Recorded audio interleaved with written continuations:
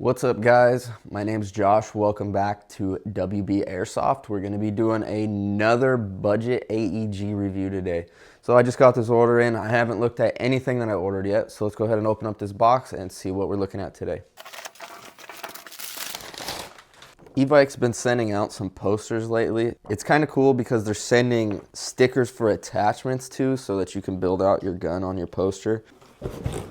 All right, and here's the AEG that we're going to be reviewing today. It's a UDP-9 from EMG or Angstadt Arms. Not sure if I said that right. Let me know in the comments. And I got 2 extra mags for it. Before we open it up, let's just read some specs that are listed on the features on here. I believe this gun was going for $180, and I ended up getting it on the 12 days of Christmas sale for about $120 instead, one of the one-day offer sales, which is pretty cool. So let me read you the features that are listed right here on the box.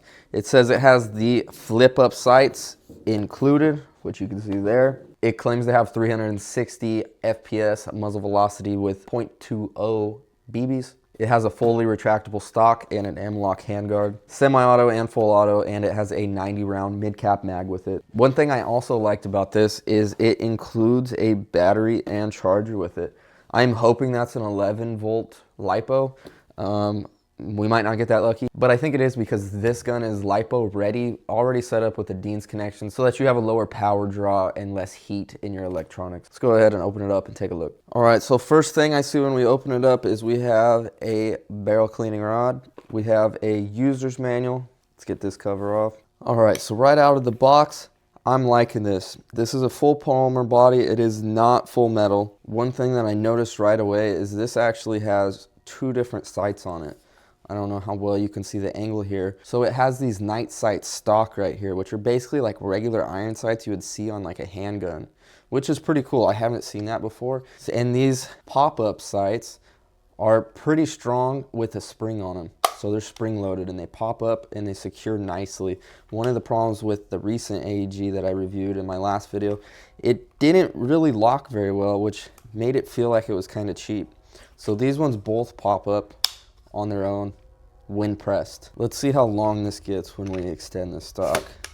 So fully extended and fully in. We'll check that out and see what that stock looks like while I'm using it here in a second. Let's see what else is in the box. So it has a mid-cap mag with it.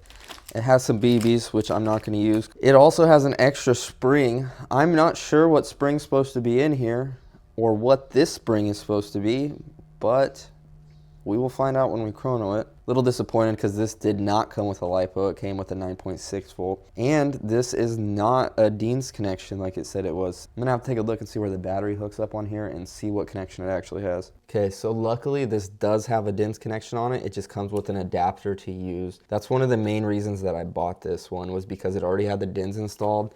It also already has a MOSFET installed for your trigger so that you can run the bigger LiPos, and you should have no problem running a 11.1 LiPo in here. Accessing the hop-up is really easy. It has a really nice charging handle on here. I like this one. It does not feel cheap on the charging handle. So inside there is where we can adjust our hop-up like most other AR platforms. This is going to be a standard version 2 gearbox, as you would expect with anything that's an M4 AR platform. There is a few other things I do want to mention. This is only really compatible with a butterfly style battery. You have 2 sections where your battery can drop in on both sides, right? So our space for our battery compartment here is pretty slim. There's not a whole lot of room there, which should be okay as long as we can get everything in. There's also a fuse on this wiring connection right here to our battery. Here's a look at it with the stock fully collapsed, which is pretty cool, but I think I might run this one with the stock extended. So here it is with the stock fully extended. That is actually pretty long and comfortable. I kind of like that the stock extends that far.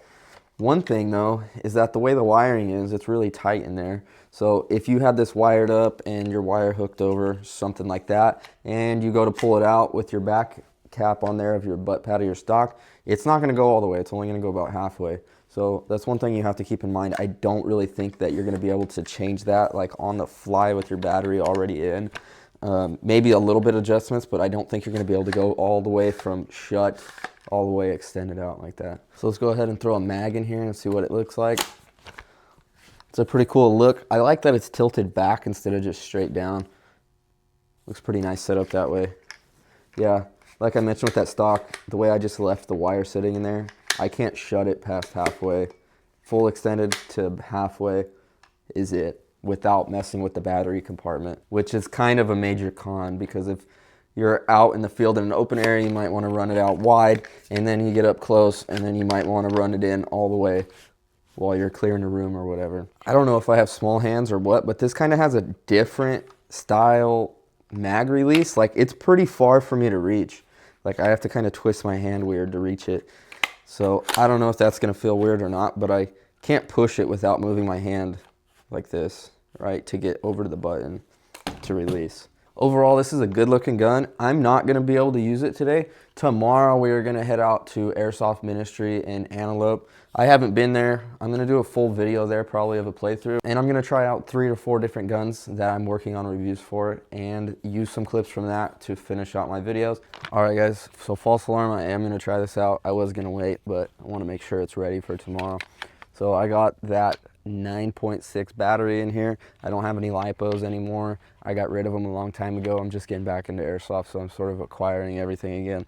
I eventually will run a lipo in here, but for now we're gonna test it with this. I got regular .25 BBs in here. We're gonna see what it does on semi. I'm gonna adjust the hop up a little bit. I did test it real quick, but I still need a little bit more adjustment with my hop up.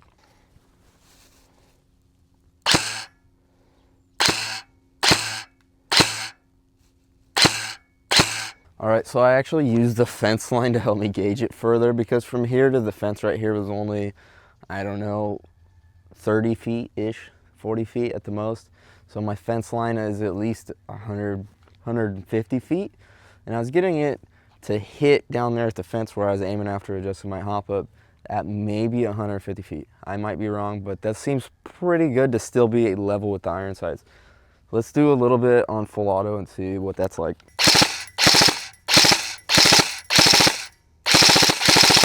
I'm actually pretty impressed with this thing, especially on full auto, even though I'm not going to use it that much. It has a really high rounds per second rate, and after adjusting that hop up a lot, it's super consistent now. All right, thanks for watching. We'll see you guys next time.